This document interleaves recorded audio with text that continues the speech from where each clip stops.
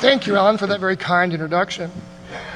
I want to begin my comments this afternoon with a quote that I'm rather fond of from William Shakespeare.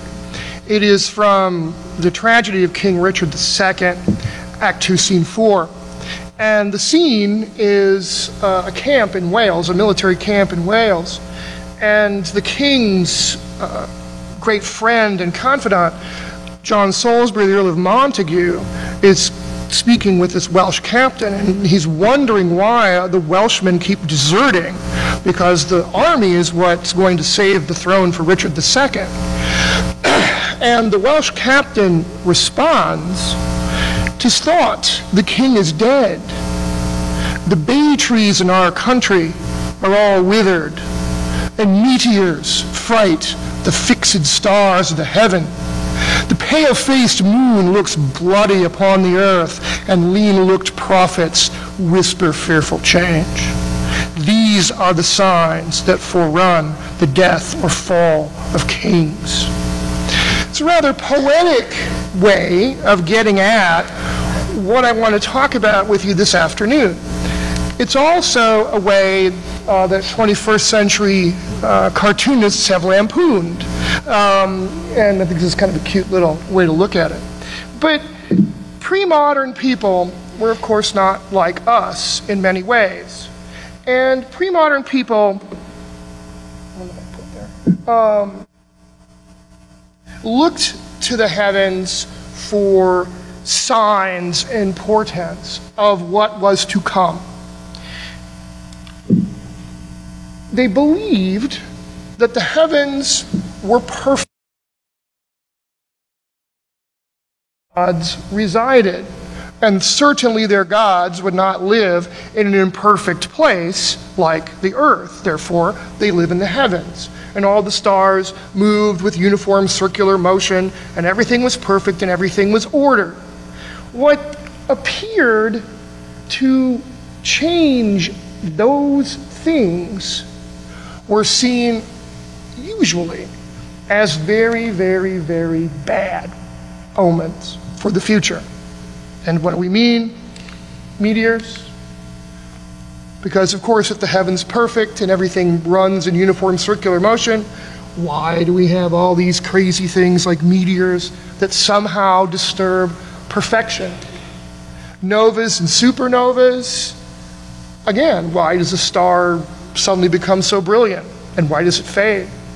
And I chose two pictures I'm very fond of, even though they couldn't have seen this with the naked eye. I mean, I realize that. But this is from the Hubble telescope, the Pillars of Creation, and of course, the Hand of God, which I think is a really beautiful photograph.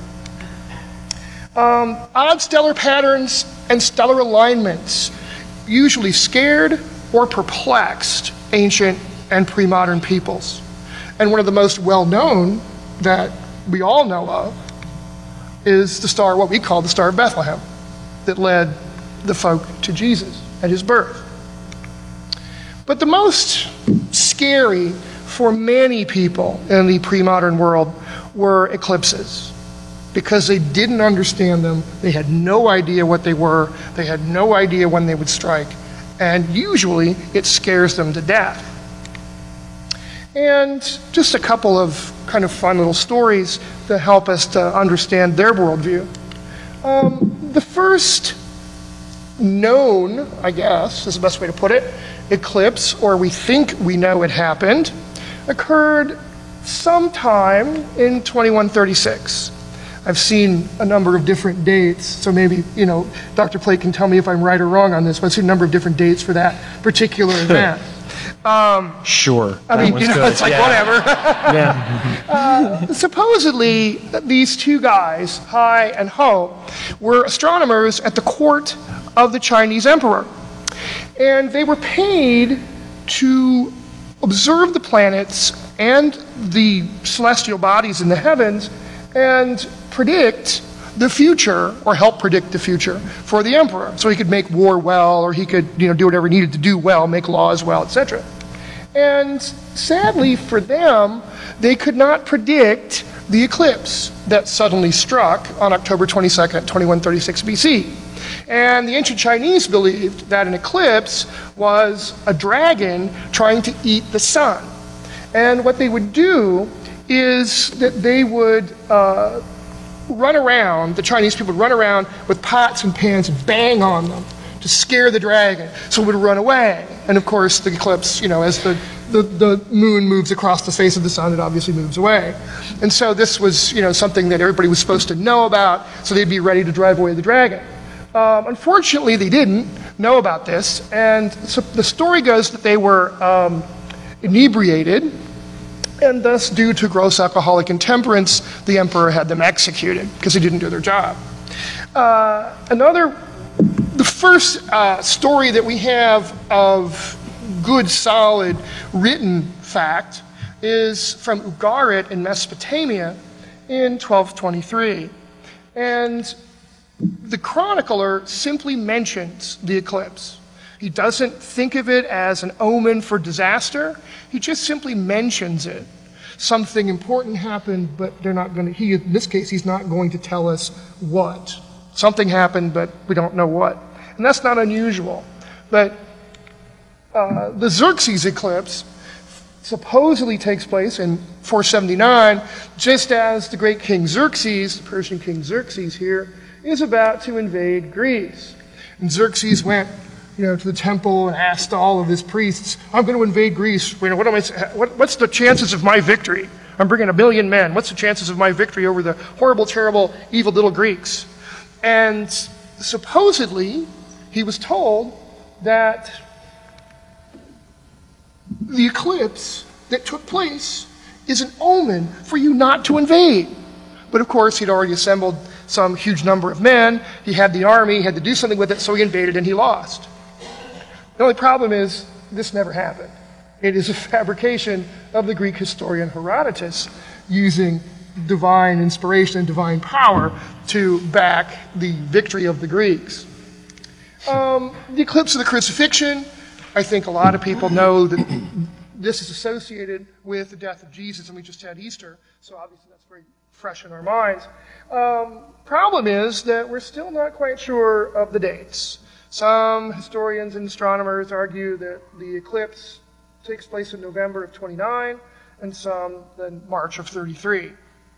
Dates are still a problem. There were, however, to be fair to these ancient folk, some philosophers and early, I guess we can call them scientists, in their own right, in their own way, that actually tried to simply describe the phenomenon of the eclipse without placing a value judgment upon it. And one of the first of these is Philostratus, from his eclipse experience in 418, and he observed a comet during the eclipse, which he thought was unusual and thought was very interesting, which is why he committed it to his chronicle. The Constantinople eclipse of 968 is the first description of the actual corona that we have in Western thought, in Western philosophy, Western science. Again, a more entertaining story, and again, telling us why we can't always trust what our chroniclers tell us, was the Henry I eclipse. And this is near and dear to my heart because I'm an English medievalist, so I do a lot of work, well, not a lot, some work with Henry I. Henry, the Chronicle is all told, feared God too little and man not at all. He was might call him a dictatorial king. He was blunt, expected to be obeyed, and when people didn't obey him, he'd show up with an army and beat them into submission until they did what he wanted them to do. He was a powerful monarch. And we are told by one of the chroniclers, William of Malmesbury, that a hideous darkness struck the earth on August 2nd, 1133. And 6 days later, a massive earthquake sank the land. So clearly the eclipse, in William's mind, the eclipse and the earthquake are tied together. And they mean bad things for Henry III. Or Henry I, excuse me. August 2nd, 1133, same date, the Anglo-Saxon Chronicle, another chronicle writing at the time, said that the king slept on a ship during the eclipse. And they predicted a great thing would happen. And the king died, August September, October, November, December. The king died 4 months later, according to the Chronicle. Problem is, I think many people may know, Henry I died in December 1135 after eating a plate full of lamprey eels. So again, you get a bunch of folk who are a little bit off in their dating and a little bit off in what happened.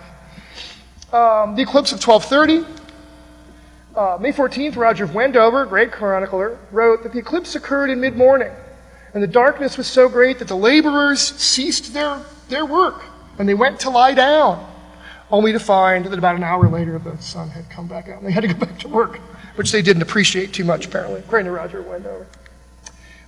So what do we make of all this? As I do this very briefly.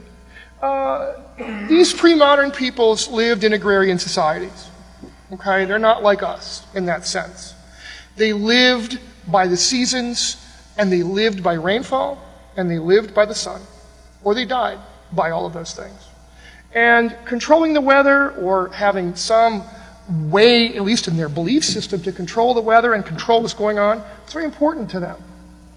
And the sun, of course, made crops grow, so anything that affected the sun definitely caught their attention.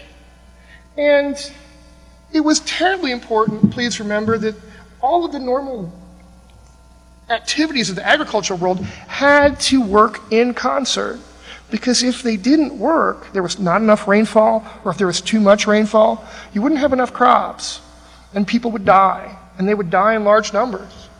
And, just for a little point of reference, in the 14th century in the Po Valley, one of the best places to grow crops, the most fertile places to grow crops in Europe, a bumper crop was considered 5 bushels an acre of wheat. We pull what, more than 300 out of the ground now? So if the bumper crop is 5, a normal crop we could assume is 1 to 2, and without a lot of trouble, you could have a really bad crop, and a lot of famine would happen, a lot of people die. These were people who believed in magic, superstition, signs, and portents. And were they foolish or stupid? Not at all. But they made sense of their world within the bounds of what they knew to be true, just as we do. And as my colleagues can tell me far better than I, science changes as we find out new things. So, oops, let me see. Yeah, these are as real to them as science is to us. So, there we go.